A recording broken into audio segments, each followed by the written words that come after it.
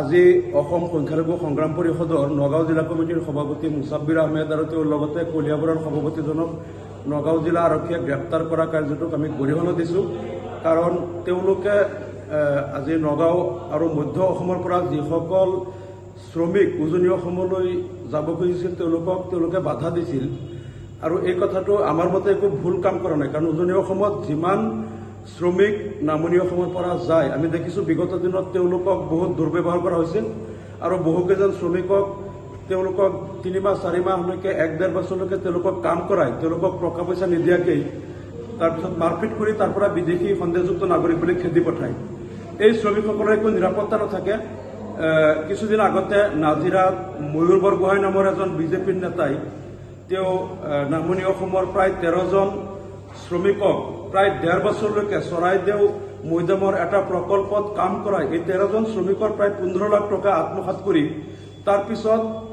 তেওঁলোকক কাপোৰ খুলি ৰাতি গুণ্ডা লগাই মাৰপিট কৰাই 15 লাখ টকা আত্মসাৎ কৰি এই শ্ৰমিকসকলক তাৰ পৰা খেদি পঠিয়ালে। এই বিষয়টো মই অসম বিধানসভাত উত্থাপন কৰিবলৈ বাৰে বাৰে অনুমতি বিচাৰিছিলোঁ, কিন্তু অনুমতি নিদিলে। আৰু তাৰপিছত আমি ডিজিপিক লগ ধৰিলোঁ আৰু ৰাজ্য চৰকাৰৰ মুৰব্বী মুখ্যমন্ত্ৰীকো আমি দাবী কৰিছোঁ ময়ূৰ বৰগোহাঁয়ে এই শ্ৰমিকসকলক 13জন শ্ৰমিকক 1.5 বছৰ কাম কৰাৰ বাবদ দিব লগা 15 লাখ টকা আত্মসাৎ কৰি খেদি পঠোৱা বিচাৰ লাগে আৰু তেওঁক অনতিপলমে গ্ৰেপ্তাৰ কৰিব লাগে আৰু এই শ্ৰমিকসকলৰ 15 লাখ টকা আদায় দিব লাগে। কিন্তু দেখা গ'ল আজি 2 মাহ পাৰ হোৱাৰ পিছতো ময়ূৰ বৰগোহাঁইক কিন্তু গ্ৰেপ্তাৰ কৰা নাই। আৰু তেওঁ কিমান নিৰ্লজ্জভাৱে পাশবিক অত্যাচাৰ কৰি শ্ৰমিকসকলৰ পিঠিত মাৰপিট কৰি তেজ ক্ৰিয়াই দিছিল, পিঠি ফালি দিছিল। এই শ্ৰমিকসকলৰ কি দুখ আছিল? তেওঁলোকে 15 লাখ টকা পাব লগা আছিল, 1.5 বছৰ তেওঁলোকক কাম কৰাইছিল। কিন্তু তাৰ পিছতো তেওঁলোকক যেতিয়া এনেকৈ পইচা নিদি পেলাই মাৰপিট কৰি খেদি পঠিয়ালে, তাৰ আগতো আমি দেখিছোঁ উজনি অসমত কিছু একাংশ মহৰী বা কিছু কণ্ট্ৰেক্টৰ বা বিভিন্ন কামৰ কাৰণে তেওঁলোকে কিছু লোকে আহি পেলাই নামনি অসমৰ পৰা কিছু শ্ৰমিকক তেওঁলোকে লৈ যায়, 3-4 মাহ 6 মাহলৈকে ৰাখি কাম কৰাই যেতিয়া পইচা দিব লাগে তেতিয়া টকা দিয়াৰ পৰিৱৰ্তে একাংশ পাবত গজা সংগঠন লগাই দিলে। সংগঠনৰ মানুহবিলাকে আহি পেলাই ৰাতি ৰাতি তেওঁলোকক মাৰপিট কৰি কাণত ধৰি আটক কৰাই তেওঁলোকক সন্দেহযুক্ত নাগৰিক বুলি মাৰপিট কৰি থানাত চমজাই দিয়ে আৰু টকা পইচাবিলাক নিদিয়ে। এনেকুৱা কেইবাবাৰো উজনি অসমত ঘটনা হৈছে। গতিকে নামনি অসমৰ পৰা যিমান শ্ৰমিক উজনি অসমত যায় তেওঁলোকক কিন্তু চৰকাৰে নিৰাপত্তা দিব পৰা নাই আৰু নিৰাপত্তা সুনিশ্চিত নকৰাকৈ ইয়াৰ পৰা কোনো শ্ৰমিক উজনি অসমত যোৱাটো আমি নিবিচাৰোঁ। আৰু মই আজিও নগাঁৱৰ SP নাই, এডিশ্যনেল SPৰ লগত আমি কথা পাতিছোঁ যে আপোনালোকে যদি এই শ্ৰমিকসকলৰ নিৰাপত্তা সুনিশ্চিত কৰিব নোৱাৰে তেনেহ'লে আপোনালোকে তেওঁলোকক বাধা দিয়া কাৰ্যটোক বেআইনী বুলি কেনেকৈ ক'ব? আপোনালোকে যদি উজনি অসমৰ কোনোবা ঠিকাদাৰ মহৰী বা কোনোবাই যদি শ্ৰমিক লৈ যায় মধ্য অসমৰ পৰা, অন্ততঃ আপোনালোকে যদি সেইটো ৰেজিষ্টাৰ কৰে যে আপোনালোকৰ জিলা প্ৰশাসনৰ জ্ঞাতে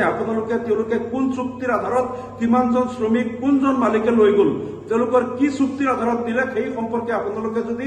এটা ৰেকৰ্ড মেইনটেইন কৰে আৰু যি থানা এলেকাত তেওঁলোক যাব তাৰ OC-জন সেই থানাৰ OC-জনক যদি ইনফৰমেশ্যন কৰে আৰু সেই OC-জনে যদি নিৰাপত্তা সুনিশ্চিত কৰে যে ঠিক আছে নগাঁৱৰ পৰা বা মৰিগাঁৱৰ পৰা ইমানজন শ্ৰমিক অমুক মালিকে লৈ আনিছে, তেওঁলোকৰ ইনফৰমেশ্যন আমি পাইছোঁ, তেওঁলোকৰ নিৰাপত্তাটো আমি সুনিশ্চিত কৰিম আৰু তেওঁলোকৰ প্ৰাপ্য মজুৰিখিনি যথা সময়ত তেওঁলোকক দিয়া হ'ব। তেনেকৈ যদি আপোনালোকে চৰকাৰে বা আপোনালোকে প্ৰশাসনে যদি দায়িত্ব লৈ তেনেকৈ শ্ৰমিক তাত যায় তেনেহ'লে হয়তো আমি অলপ আশ্বস্ত হ'ব পাৰিম। নহ'লে এনেকেই জিলা প্ৰশাসনে নগাঁও জিলা প্ৰশাসনে নাজানিব আৰু য'ত লৈ যাব তাৰ প্ৰশাসনেও নাজানিব। কোনোবা মালিকে লৈ গ'ল, কিছু শ্ৰমিক গ'ল, তাৰপিছত কিছুদিন পিছত কাম কৰাই তেওঁলোকক মাৰপিট কৰি খেদি পঠিয়াব আৰু তেওঁলোকক সন্দেহযুক্ত নাগৰিক বুলি কাণত ধৰাই আটক কৰাব, পিঠি ফালি দিব আৰু টকা নিদিয়াকৈ ঘূৰাই পঠাব। এই প্ৰক্ৰিয়া কিন্তু বেছি দিন আমি চলিব নিদিওঁ। মই এই বিষয়ত ৰাজ্য চৰকাৰৰ হস্তক্ষেপ দাবী কৰিছোঁ। চাওক যে আপোনালোকে গম পায় যে কিছুদিন ধৰি উজনি আৰু নামনি লৈ পেলাই এটা অশান্তি পৰিৱেশ সৃষ্টি হৈছে গতিকে আমি তাত দেখিছোঁ যে 30টা দল সংগঠন তেওঁলোকে আমাৰ যিখিনি মিয়া মানুহ আছে মিয়া জনগোষ্ঠীৰ মানুহক মাৰি পিটি তেওঁলোকক তাৰ পৰা খেদি দিছে আৰু অসমৰ মুখ্যমন্ত্ৰী ডক্টৰ হিমন্ত বিশ্ব শৰ্মা ডাঙৰীয়াই কৈছে যে এওঁলোক ব্যক্তি যদি মিয়া যিখিনি আমাৰ জনগোষ্ঠীৰ মানুহ আছে এই মানুহখিনি তাত গৈ তেওঁলোকৰ নিৰাপত্তাৰ ব্যৱস্থা নকৰে গতিকে আমাৰ অসম সংখ্যালঘু সংগ্ৰাম পৰিষদৰ এটা স্পষ্ট কথা মই সেইদিনাখন আপোনাৰ গাড়ী তেওঁলোকক যি গাড়ী তাত গৈ আছে মই তেওঁলোকৰ লগত অলপ আলোচনা কৰিছিলোঁ মই চাইছিলোঁ তাত বেছিভাগ মানুহৰ কোনো ধৰণৰ ডকুমেণ্টছ নাইকিয়া আৰু কিছুমান দালালৰ জৰিয়তে এই মানুহখিনিক তালৈকে লৈ যোৱা হৈছিলে আৰু আমি তাত ৰখি পেলাই তেওঁলোকৰ লগত আলোচনা কৰিছিলোঁ আলোচনা কৰাৰ পিছত যদি আলোচনাৰ কাৰণে আটক কৰিছে সংখ্যালঘু সংগ্ৰাম পৰিষদৰ স্পষ্ট কথা যে আমি সংখ্যালঘু সংগ্ৰাম পৰিষদে আমি জেল খাবলৈকে আমি কেতিয়াও ভয় নকৰোঁ কথা হ'ল আমি আজিৰ পৰা অসম সংখ্যালঘু সংগ্ৰাম পৰিষদে উজনি অসমৰ মাজত মিয়া সম্প্ৰদায়ৰ মানুহ একদম নিষিদ্ধ কৰি দিছোঁ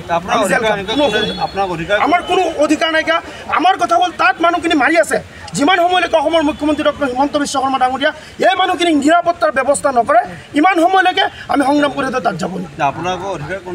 আমাক কোনো অধিকাৰ নাইকিয়া বাধা দিয়াৰ কোনো অধিকাৰ নাইকিয়া কিন্তু কথা হ'ল মানুহখিনিক নিৰাপত্তাৰ ব্যৱস্থা কৰাৰ যদি যিমান সময়লৈকে অসমৰ মুখ্যমন্ত্ৰী ডক্টৰ হিমন্ত বিশ্ব শৰ্মা ডাঙৰীয়া আৰু 30টা দল সংগঠনে স্পষ্টীকৰণ নিদিয়ে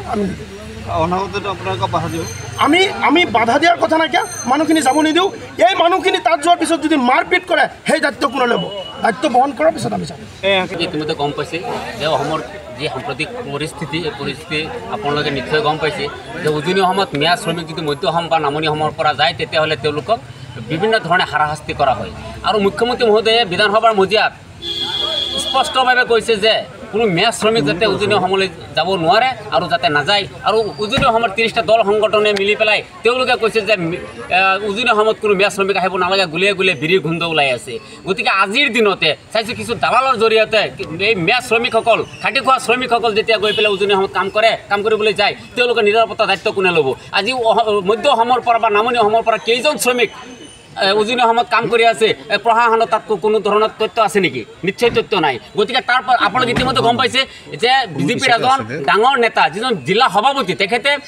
প্ৰায় এবছৰ কাম কৰে 3জন লেবাৰৰ প্ৰায় 3জন শ্ৰমিকৰ প্ৰায় 15 লাখ টকা মাৰি দিছে আজি তেনেকেই শ্ৰমিকবোৰক নি পেলাই কাম কৰে যে তেওঁলোকে এনেকুৱা আছে মাৰি পেলাব পাৰে গতিকে তেওঁলোকৰ কোনো ধৰণৰ নিৰাপত্তা নাই কাৰণ নিৰাপত্তা এইটোৰ কাৰণে নাই কাৰণ তেওঁলোকে যে গৈছে তাত প্ৰশাসনৰ হাতত বা চৰকাৰৰ হাতত কোনো ধৰণৰ তথ্য নাই যে ইমান মানুহ উজনি অসমত মধ্য অসমৰ পৰা গৈ পেলাই তাতে আছে কিন্তু কোনো ধৰণৰ তথ্য নাই গতিকে আমি যোৱাকালি কিছু মানুহ উজনি অসমলৈ যাব খুজিছিলে আমি গৈ পেলাই তেওঁলোকক বুজাইছোঁ যে তোমালোকৰ নিৰাপত্তাৰ কথা চিন্তা কৰা গতিকে তোমালোকে সাম্প্ৰতিক পৰিস্থিতি যেতিয়ালৈকে শান্ত নহয় সুস্থ নহয় পৰিস্থিতি তেতিয়ালৈকে তোমালোকে উজনি অসমত তোমালোকে নাযাবা আৰু সেইখিনি কোৱাৰ কাৰণে আজিৰ দিনত আমাক এনেকৈ সোধপোছৰ কাৰণে আটক কৰা হৈছিলে ঠিক আছে ধন্যবাদ যিকোনো খবৰৰ বাবে যোগাযোগ কৰক 7090173330 অথবা 7099017990 নম্বৰত